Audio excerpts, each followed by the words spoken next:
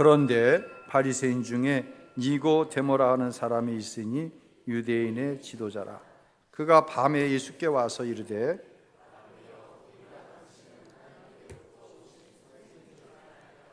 하나님이 함께 하시지 아니하시면 당신이 행하시는 이 표적을 아무도 할 수 없음이니이다. 예수께서 대답하여 이르시되 진실로 진실로 내게 이르노니 사람이 하나님의 나라를 볼 수 없느니라. 아멘. 할렐루야.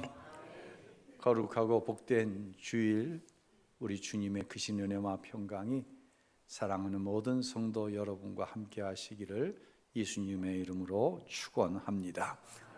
좋은 영화의 특징이 여러 개 있을 거예요. 좋은 영화의 특징 뭐가 있을까요? 감동이에요. 감동. 맞는 얘기예요. 감동이 있어요. 좋은 영화. 근데 제가 생각하는 또 한 가지는 좋은 영화는 자꾸 봐도 재미있어. 한 번만 보면 재밌는 게 아니라 또 봤는데 또 재미있어. 제가 그렇게 본 영화 중 하나가 이 라이언 일병 구하기라고 하는 영화예요. 보신 적이 있나요? 1998년도에 개봉했어요. 톰 행크스라고 하는 유명한 배우가 이제 주인공이죠.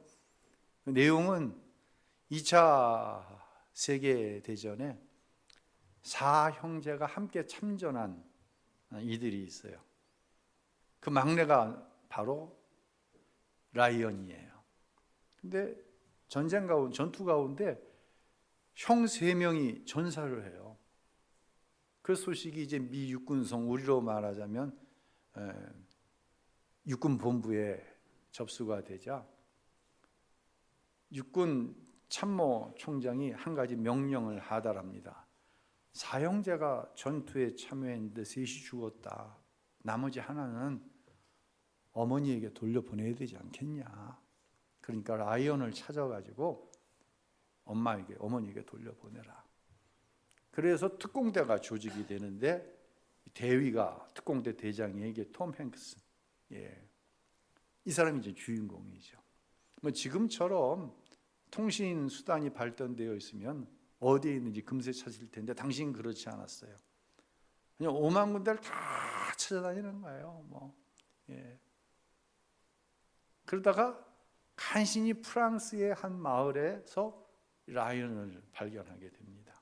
라이언은 우리를 지금으로 말하자면 공수부대원이에요. 그러니까 낙하산 타고 뛰어내려 가지고 많은 사람이 죽고 소수의 병력이 살았는데 그 마을에 있는 조그만 다리 하나를 사수하는 임무를 받은 거예요. 그 부대가. 이 다리를 못 지켜내면 연합군이 막대한 피해를 입게 되는 거예요.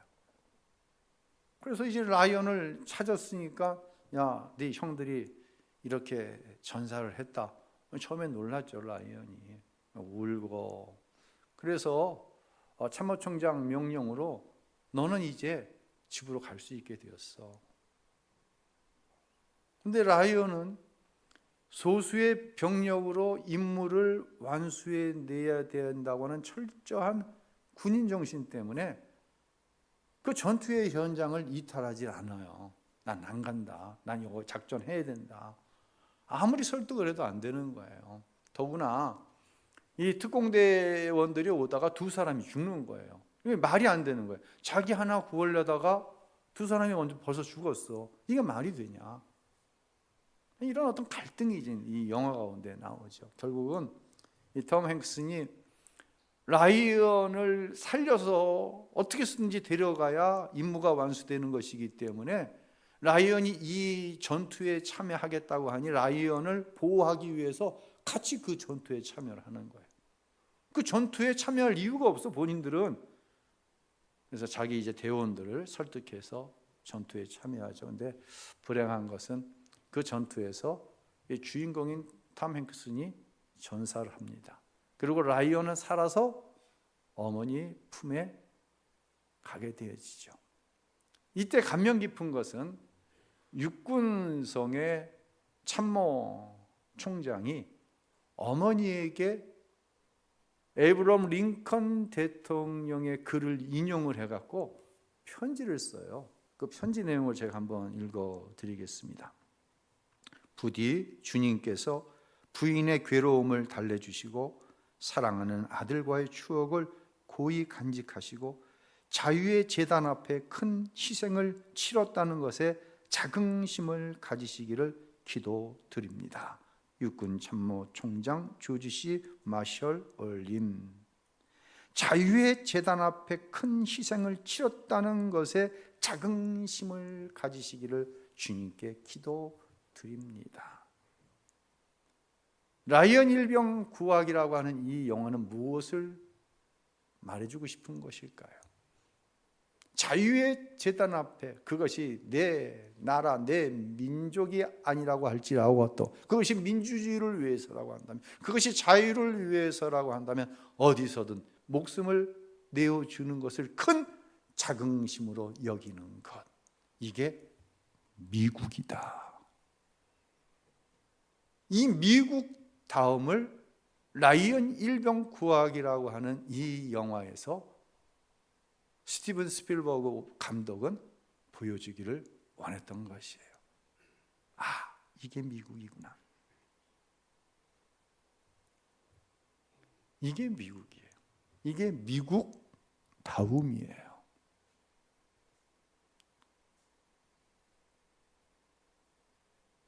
(80여) 년이 지났습니다.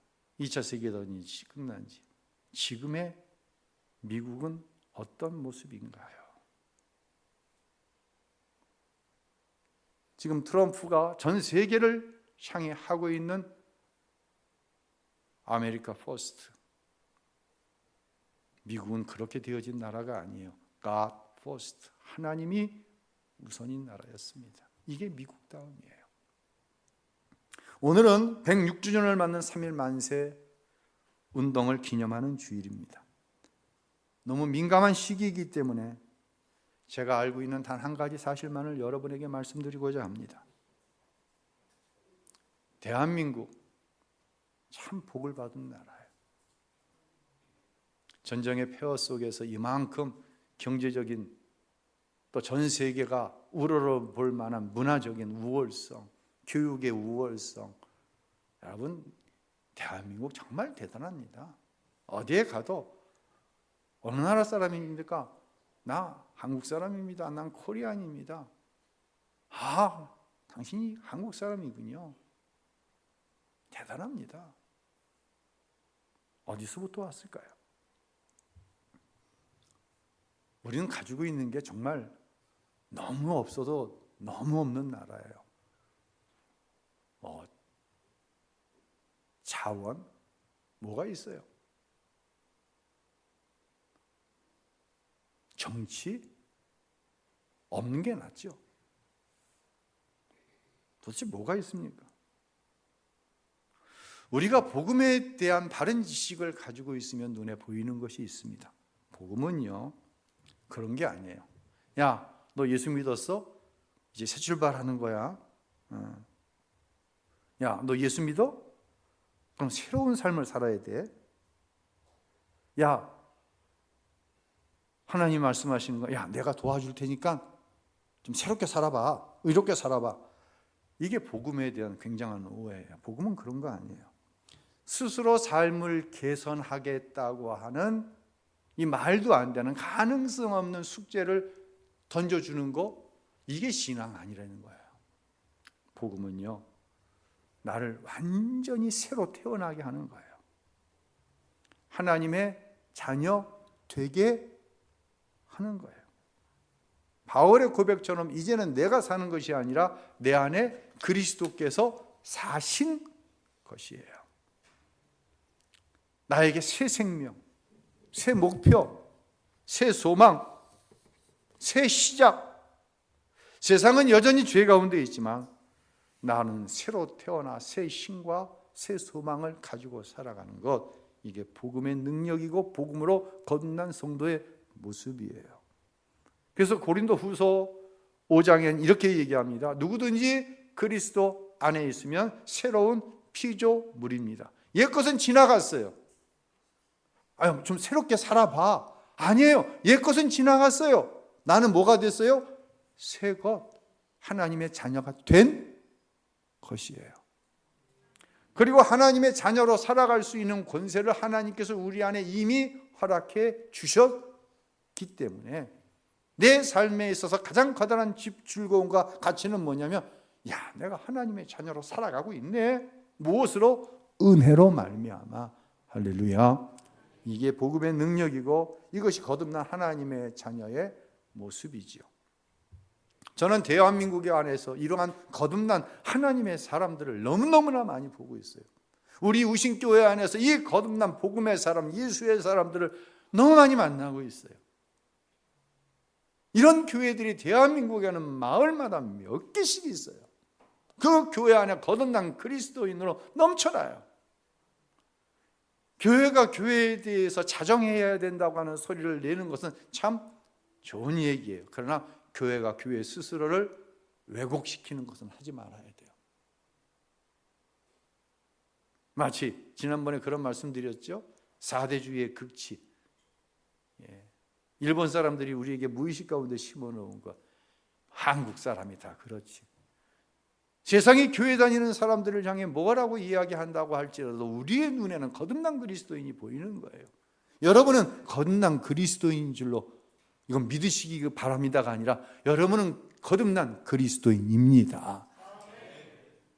이 이유가 바로 대한민국에 소망이 있는 것이고, 오늘 우리가 교동문 가운데 읽은 문장에 이런 문장이 있어요. 여호와께서 나라들의 계획을 폐하시며 민족들의 사상을 무효하게 하신다. 사상 그거 갖고 하나님께 쓰임 받는 거 아니에요. 또 이렇게 이야기하십니다. 많은 군대로 구원 얻은 왕이 있다 없다? 없다. 구원은 군대 수로 되는 거 아니에요. 이김은 군대 수로 되는 게 아니라는 거예요. 이걸 착각하면 그 다음을 잃어버리는 거예요. 다음이 잃어버려진다. 하나님 앞에 쓰임받지 못하는 거예요. 그러나 우리 대한민국은 대한민국 다음 거듭남이 있어요. 너무 많아요. 결코 우리는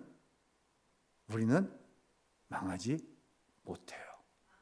하나님께서 이 나라와 이 민족을 붙잡아 주시기 때문이에요. 그런데 조심해야 될 게 있어요. 어디에 10,000명이 모였다, 10만 명이 모였다, 그 사람들이 대한민국을 대표하지 않는다는 것을 기억하세요. 2만 명이 모였다, 5만 명이 모였다, 그들이 교회를 결코 대표하지 못한다는 것을 우리는 알아야 돼요. 여기까지만 오늘 말씀을 드릴게요. 지난 주일 예수님께서 예루살렘에 들어가셔서 이제 성전을 정화하실 때 좀 폭력적인 그런 모습을 보여주셨잖아요. 그런데 그 예수님이 왜 그러실 수밖에 없는 상황에 대한 눈에 보이지 않는 설명이 잠깐 나오는데 바로 2장 13절에 이런 말씀이 나옵니다. 유대인의 유월절이 가까운지라. 뭐라고 얘기하면 돼요? 사실 이건 유월절이 가까운지라라고 이야기하면 되는데 굳이 유대인의 유월절이 가까운지라, 이건 무언가를 지금 암시하고 있는 거예요. 유월절은 뭐죠? 이스라엘 백성이 430년 동안 이집트에서 노예 생활했잖아요. 그들의 고욕으로 인해서 하나님 앞에 우리를 구원해 주세요 할 때 모세를 통하여 이집트에서 이제 구원해 내십니다. 구원해 내실 때 그냥 안 보내주니까 재앙을 하나님께서 베푸시잖아요. 마지막 재앙이 뭐였죠? 장자의 죽음입니다. 사람이든 가축이든 첫 번째 것은 다 죽이는 거예요. 그런데 하나님께서 히브리인들을 살리시기 위해서 이제 해방이 목적인데 거기서 죽으면 안 되잖아요. 그럼 문설주에다 뭐 바르라? 양의 피를 바르라. 그럼 죽음이 어떻게? 넘어갔다. 어린 양 예수의 피로 죄와 사망이 넘어간 것처럼 양의 피를 바르면 죽음이 넘어간다. 그래서 4월, 5월, 6월이 아니라 6월은 죽음이 넘어갔다. 이 의미로서 6월절이거든요. 이 6월은 이스라엘을 구원하기 위한 하나님의 특별한 방법이었지만 이 유월은 예수의 피로 말미암아 누구든지 그를 믿기만 하면 구원함을 얻게 하시는 하나님의 특별한 은혜요, 특별한 사랑이죠. 근데 이스라엘이 착각하고 있는 것이 있어요. 유대인의 유월절. 이 말은 무슨 말이냐면 선택된 민족인 이스라엘은 하나님 앞에 이와 같이 구원함을 받았어. 마찬가지로 구원은 우리 것이야. 우리 유대인들만의 것이야. 그래서 유월절은 그냥 유월절이 아니라 유대인의 유월절이야. 하나님과는 별 관계가 없어요. 사실 유월절 누구와만 관계가 있는 거예요? 이스라엘과만 관계가 있는 유월절이라는 얘기예요. 이 잘못된 의식이 어떤 잘못된 의식에 대한 결정체가 성전의 타락이죠. 이방인의 뜰에 장을 세우잖아요. 왜? 무슨 이방인의 뜰이 성전이야? 이방인의 뜰은 그냥 뜰이야. 그러니까 와서 장사해도 돼. 거기서 별짓 다 하는 거죠. 이방인들이 와서 기도할 수 있는 유일한 장소, 하나님 앞에 예배할 수 있는 유일한 장소, 유대인의 유월절이니 이방인들에게는 그렇게 해도 돼. 이것으로부터 시작되어진 이 종교인들의 행위가 예수님으로 하여금 분노하게 하고 성전을 폭력적인 방법으로 정결하게 하는 그런 이유가 되어졌던 것이죠. 여기서 이런 질문을 하는 거예요. 그럼 유대인들이 구원받을 수 있을까? 이러한 종교적인 편견, 이 편견 가운데서 유대인들이 구원받을 수 있을까? 이런 질문이 저절로 나오게 되어집니다.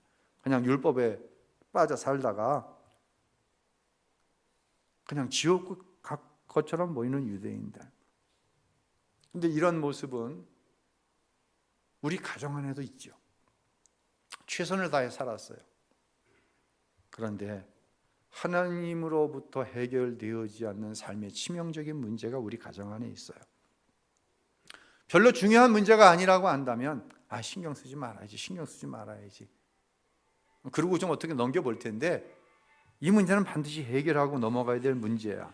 그런데 나에게는 답이 있어요, 없어요? 나에게 답이 없어. 그래서 우리는 스스로에게 묻는 거예요. 과연 이 문제로부터 구원이 이루어질까? 수없이 묻는 거예요, 스스로에게. 근데 답은 뭐예요? 구원은 이루어집니다. 오늘 설교의 제목이에요. 구원은 이루어집니다. 어떻게 그 구원이 이루어집니까?에 대해서 이번 주간, 다음 주간 여러분에게 말씀을 드리려고 그래요. 오늘 본문은 이렇게 시작됩니다. 자, 1절 우리 다 같이 한번 읽어보죠. 그런데 바리새인 중에 니고데모라는 사람이 있으니,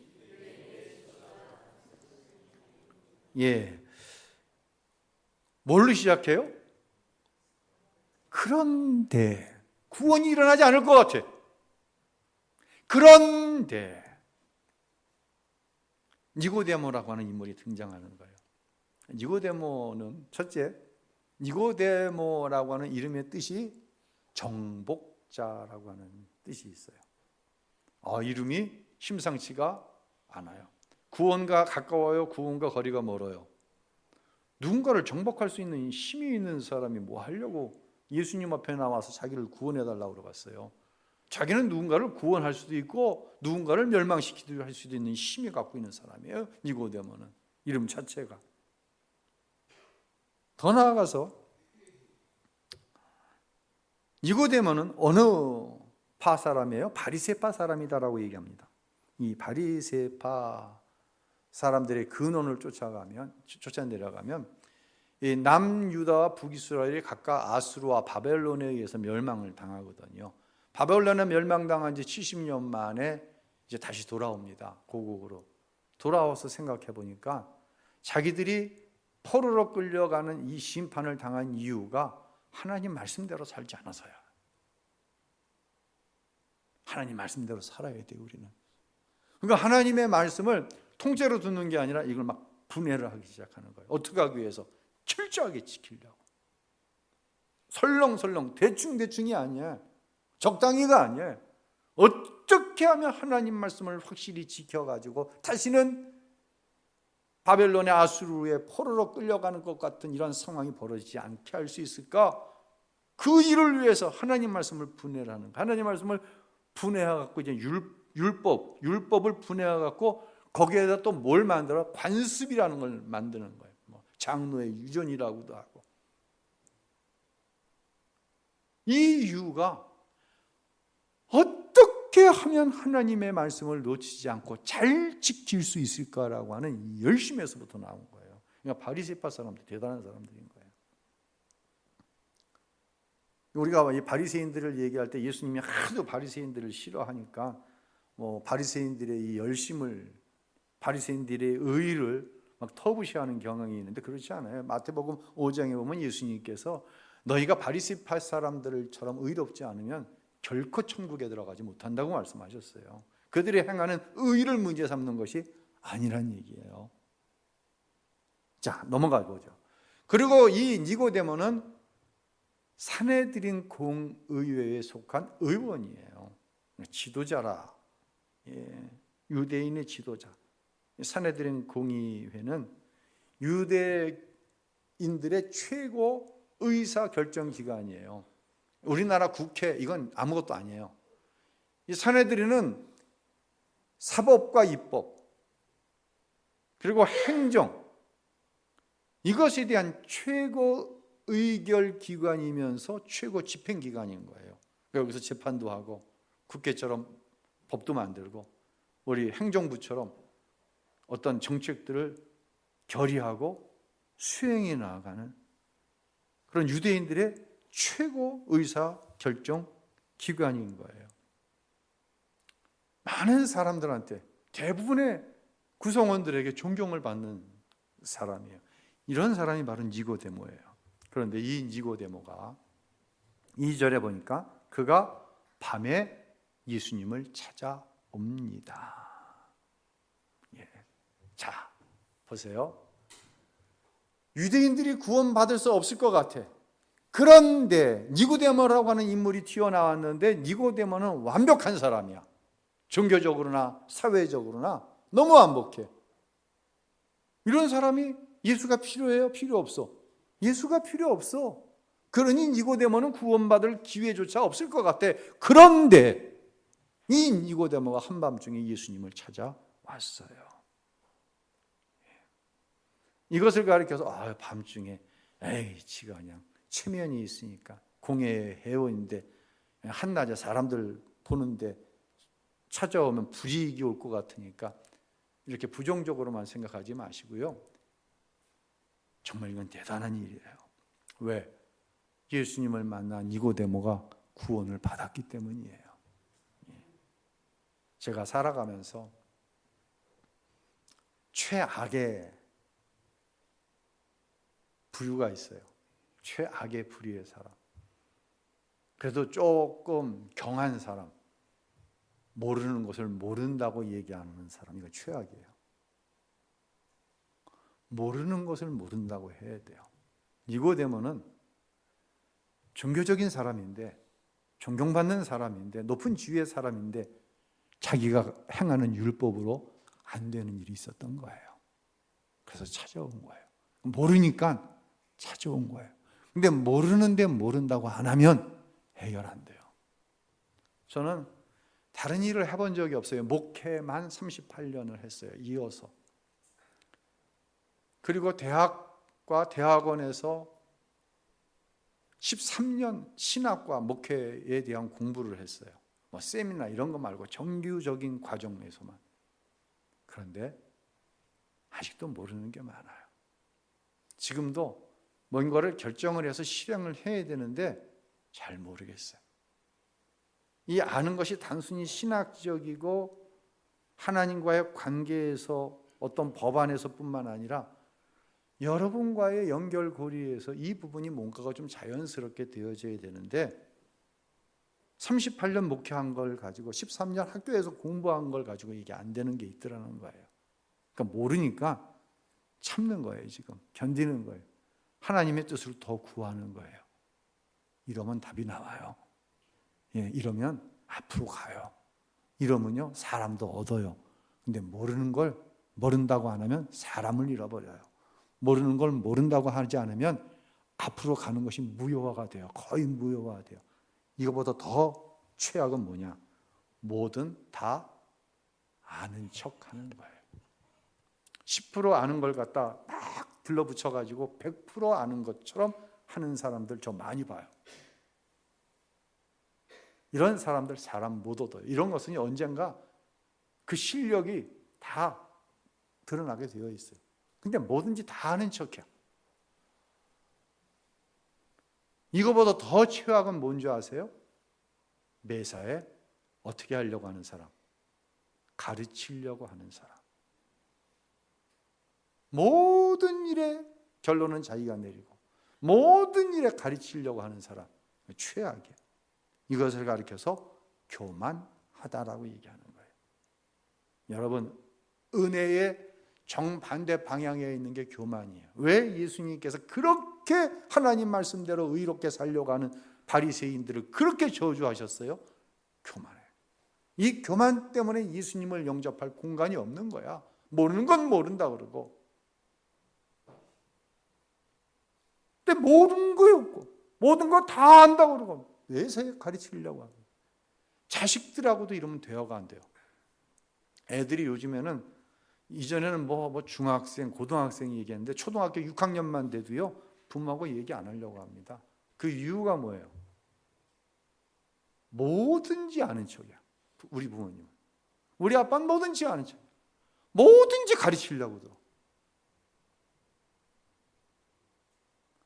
저는 아날로그 시대 사람이거든요. 쌍방향 시대가 아니라 일방적 방향 시대, 수직적으로 위에서 아래로 내려 꽂는 그 시대 사람이거든요.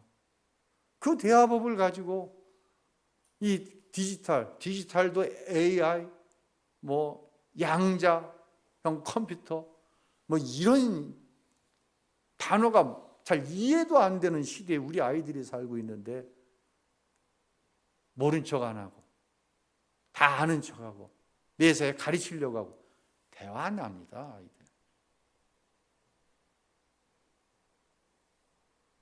니고데모는요 당대 최고의 스승입니다. 그런데 한밤중에 예수님께 모르는 것을 모른다고 나 좀 가르쳐달라고 찾아온 거예요. 자, 사진 하나 보여주세요. 이게 이제 산헤드린 공의의 모습이에요. 저 까만 옷 입고 서 있는 사람이 재판 과정인데, 이게 저 피의자, 흔히 얘기하는 피의자, 피고, 그리고 저 자리에 앉아 있는 딱 한 사람 있죠. 저 사람이 대제사장이에요. 그리고 양쪽으로 35명씩 공의의 회원들이 지금 앉아 있는 거예요. 재판을 하는 거예요. 그래서 총 71명 대제사장까지. 저 옆에 보면 저기 세 줄의 의자가 있어요. 저기 원래 누가 앉아 있어야 되냐면 학생 랍비들이 앉아 있어야 되는 거예요. 랍비가 되기 위해서 수업 중인, 우리로 말하자면 신학생들이 저기 지금 앉아 있는 거예요. 그러니까 이들이 공회원들이 하는 말 한마디, 태도 하나, 이걸 다 배우고 있는 거예요. 니고데모는 이 정도 대단한 사람인 거예요. 그런데 모르는 게 있는 거예요. 누구한테 물어볼 사람도 없는 거예요. 그 문제를 가지고 한밤중에 예수님을 찾아온 거예요. 그러면서 이렇게 질문을 합니다. 2절 우리 함께 읽어볼까요? 라비여, 우리가 당신은 하나님께로부터 오신 선생인 줄 아나이다. 하나님이 함께 하시지 아니하시면 당신이 행하시는 이 표적을 아무도 할 수 없음이니이다. 자, 보세요. 라비어라고 예수님을 부르는데 이건 굉장히 예수님을 극존칭하는 거예요. 지금 예수님은 당시 바리새파 사람들이 생각할 때 이단의 수괴예요. 그런 예수님을 향해 라비어, 왜 그렇게 됐을까요? 니고데모가 예수님이 행하신 표적에 대해서 들은 거예요. 성전에 들어가서 막 척결을 하는데 어떻게 할 수 없는 권위가 있는 거예요. 그 안에. 생각해 봐요. 이 성전 안에 수많은 제사장 그룹과 일하는 레위인들과 장사치들이 있는데 예수님이 채찍을 휘두르실 때 그 예수님 제어 못한다고요? 그거 한번 패대기 쳐갖고 그냥 성전에 밖으로 그냥 갖다 버리면 되죠. 근데 그 예수님의 권위가 이 이야기를 들은 거예요. 또 2장에서 무슨 사건이 있었죠? 가나 혼인잔치집에서 물을 포도주로 만든 사건을 들은 거예요. 이것을 가리켜서 표적의 목적이 뭐라고 그랬어요? 예수님이 그리스도이심을 나타내기 위함. 그러니까 니고데모는 이 표적을 통해서 예수님을 랍비라고 부르는 거예요, 지금. 그리고 이 니고데모 내면에는 혹시 이러한 일들이 하나님이 아니시면 하실 수가 없는 일인데, 이런 능력은 하나님으로부터가 아니면 안 되는 능력인데, 이 예수가 혹시 우리가 기다리는 메시아가 아닌가, 메시아일지 모른다라는 마음을 가지고 예수님을 찾아와서 묻는 거죠. 자, 이렇게 대단한 니고데모를 향해서 예수님께서 3절에 엉뚱한 이야기를 하시는 것처럼 보입니다. 우리 함께 읽겠습니다. 3절, 예수께서 그에게 이렇게 말씀하셨습니다. 내가 진실로 진실로 네게 말한다.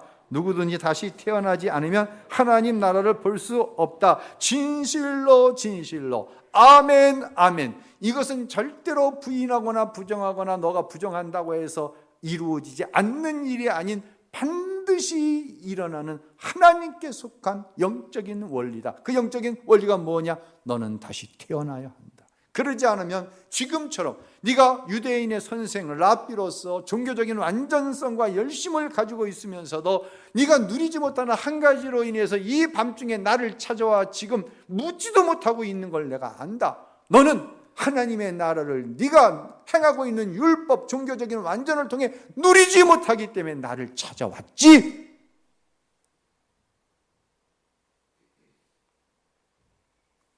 거듭나지 않으면, 다시 태어나지 않으면 지금 내 열심을 가지고 내 의를 가지고 절대로 하나님의 나라를 누릴 수 없다 말씀하시는 거예요.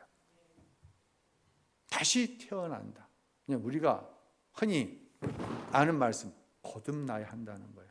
거듭난다고 하는 여러 의미가 있지만 이거 두 가지로 딱 압축하면 이런 거예요. 육체적으로는 문자 그대로 다시 태어나는 걸 의미해요. 근데 예수님께서 말씀하시는 이 의미는 영적인 의미예요. 하나님께로부터 다시 태어나는 것. 이것이 거듭남, 중생, 신생이라고 말하는 거예요. 하나님께로부터 다시 태어난다.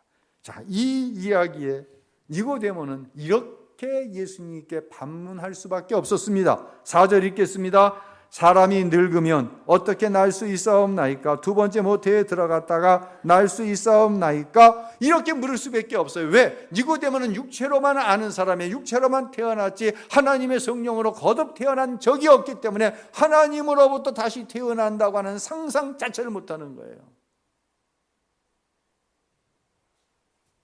아무리 모범적이어도, 아무리 사람에게 존경을 받고 대단한 위치에서 누군가를 가르친다고 해도 하나님께로부터 다시 태어나지 못하면 모르는 거예요. 여러분이 어떤 세상의 지식과 배경을 가지고 있다고 할지라도 거듭나지 않으면 이 시간 하나님께서 주시는 말씀을 깨닫지 못하는 거예요.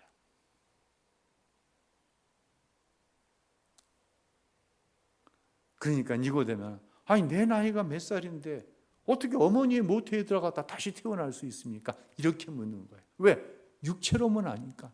이에 대한 예수님의 대답은 이렇습니다. 6절 읽겠습니다.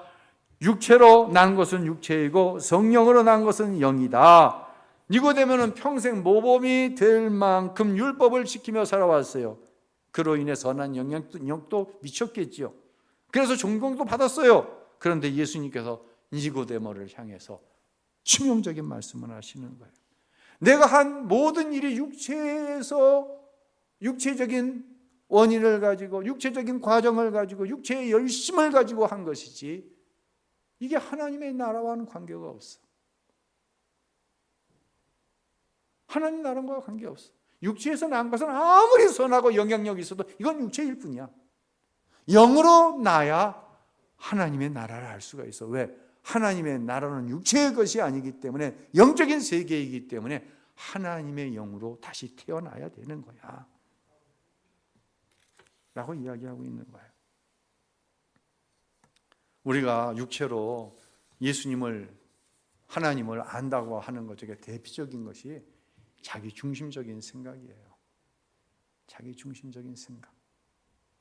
모르는 거 모른다고 안 하고 다 아는 척하고 가르치려고 하고 이거 교만이라고 그랬어요. 예. 거듭났다고 하면서 여전히 생각의 중심에 자기가 주인 노릇하는 것. 거듭났다고 하는 것은 이런 것이 아니에요. 거듭나야 합니다. 거듭나야 됩니다. 날마다 거듭나야 됩니다. 중생은 한 번이지만 이런 의미에서 날마다 거듭나. 여기에 이제 의문이 생기는 거예요. 그러면 내 안에 내가 주인된 어떤 모습들이 있는 것 내가 알잖아요. 여러분은 몰라요? 여러분도 알죠? 여러분의 삶 속에 내가 주인이 돼서 다툼이 일어나고 내가 주인이 돼서 하나님 말씀에 반대 방향으로 가고 내가 주인이 돼서 갈등이 일어나고 이게 있잖아요. 그럼 나 거듭 안 난 거네. 이렇게 되어지는 것이 있어요. 예, 그건 아니에요. 여러분이 예수를 그리스도로 믿으시잖아요. 성령이 아니시면 믿을 수 없어요. 예, 세례 받는 분들이 제일 오해하는 게 있어요. 나는 아직. 이건 겸손한 것도 아니고 이거는 아직 하나님에 대한 지식이 없어서 그런 거예요. 나는 아직, 우린 주님 앞에 가는 날까지 나는 아직이에요. 이 부분에 대해서 자꾸만 실패를 하고 마귀에 의해서 정죄함을 당해요. 요걸로. 예, 요 부분에 대해서는 다음 주에 구약과 신약의 거듭남이란 무엇이고 우리가 가지고 있는 오해는 무엇이며 거듭난 성도가 누리는 그런 축복에 대해서 다음 주에 이어서 말씀을 드리도록 하겠습니다.